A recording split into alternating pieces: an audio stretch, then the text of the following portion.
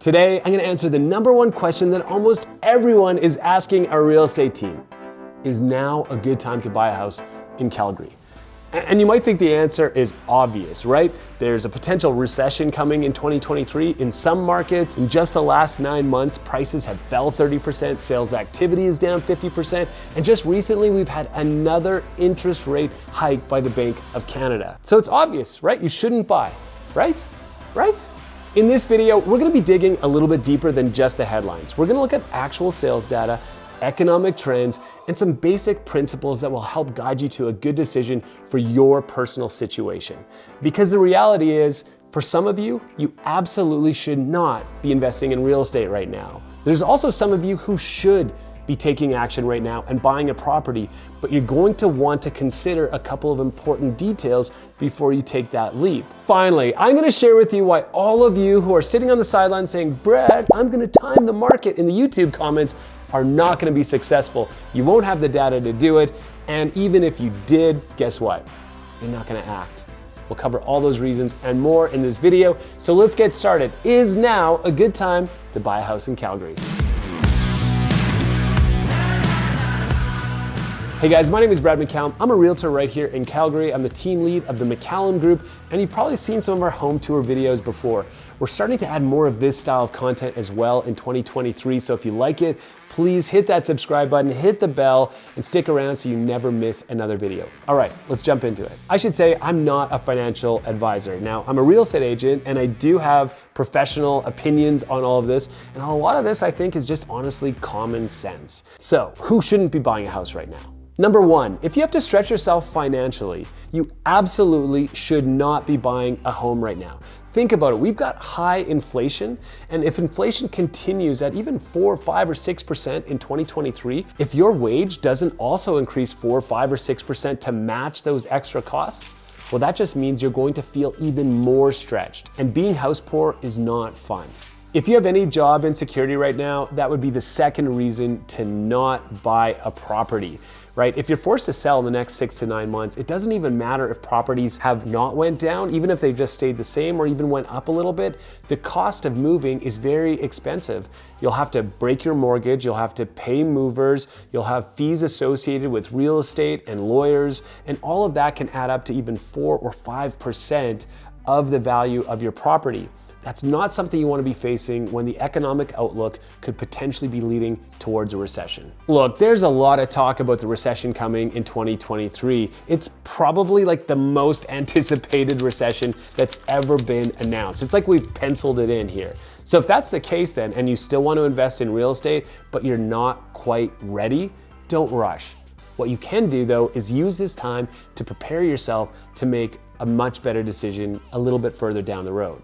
Here's what I'd be doing to prepare myself. First off, I would hop on a bit of a budget, right? Cut out some of those unneeded expenses and start to build up a bit of an emergency fund. I know that's not sexy advice, but the truth is that anything that you can do to prevent yourself from making a hasty or a quick decision means that you will likely put yourself in a better financial position. And if you can do those things where you're cutting expenses, you can save a greater down payment, allowing you to maybe even get better rates in the future when you are able to buy a property. Now, when it comes to job insecurity, the great news is we have a very strong job market still. That's what's so different about this recession. So you might be in the position to actually get a better job with a better income that will allow you more permanence facing these uncertain times. So who should be buying homes right now?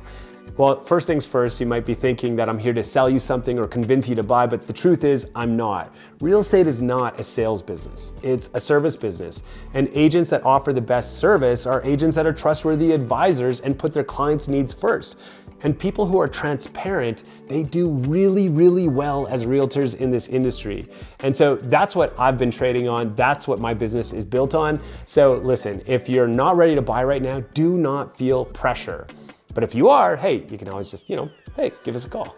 Now, if you are someone who has job security, you've got your debt levels under control, and you're not going to overextend yourself in a home purchase, then now could be a great time for you to make that purchase.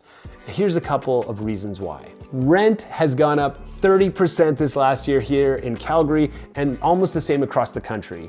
So that means for many of you, owning a home is actually more affordable than renting a property. The second reason is that pricing is more affordable than it was just 6 to 9 months ago. So that means that you might be able to get into that home that you want at a better price, and on top of that, you'll be able to have less competition and be able to negotiate more favorable terms. The third reason is affordability. Now, I understand that's not true across all housing markets in Canada, but it definitely is here in Calgary. We are ranked one of the most affordable cities on earth. That's right. On top of that, we enjoy the highest household median income in all of Canada. You put that together and you can actually build a life where you can still live that dream of home ownership.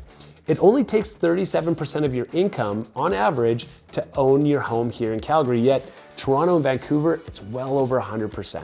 So if you are thinking about making a move and you're in a good position to do so, don't worry, you won't be alone. We have so many people moving into the province because they are drawn by that affordability, they're drawn by the high-paying jobs, and I'm seeing it in the data.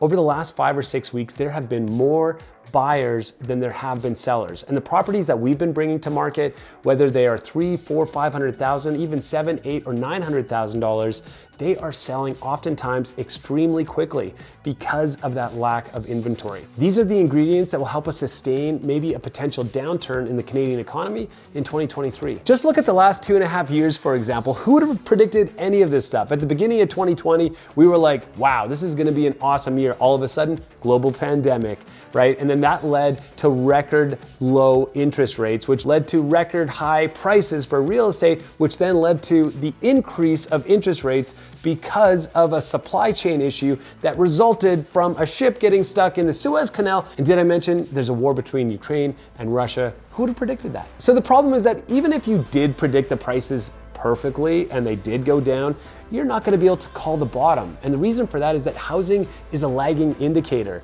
That means the data that you'll use to find the bottom is what's going to be happening 3 or 4 months in the past. So by the time you act, you'll already be too late. And even if you do know the bottom, you will likely lack the courage to act.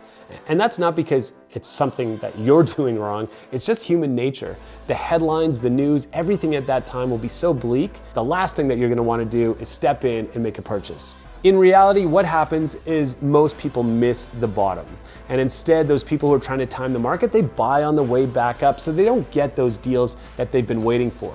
However, there is an opportunity cost to their time. They've been paying those all-time high rental rates that entire period, throwing away money instead of building up equity in that new property. A far better strategy than timing the market is time in the market, because we don't know what's gonna happen in the future. There are so many variables. We do know one thing for sure.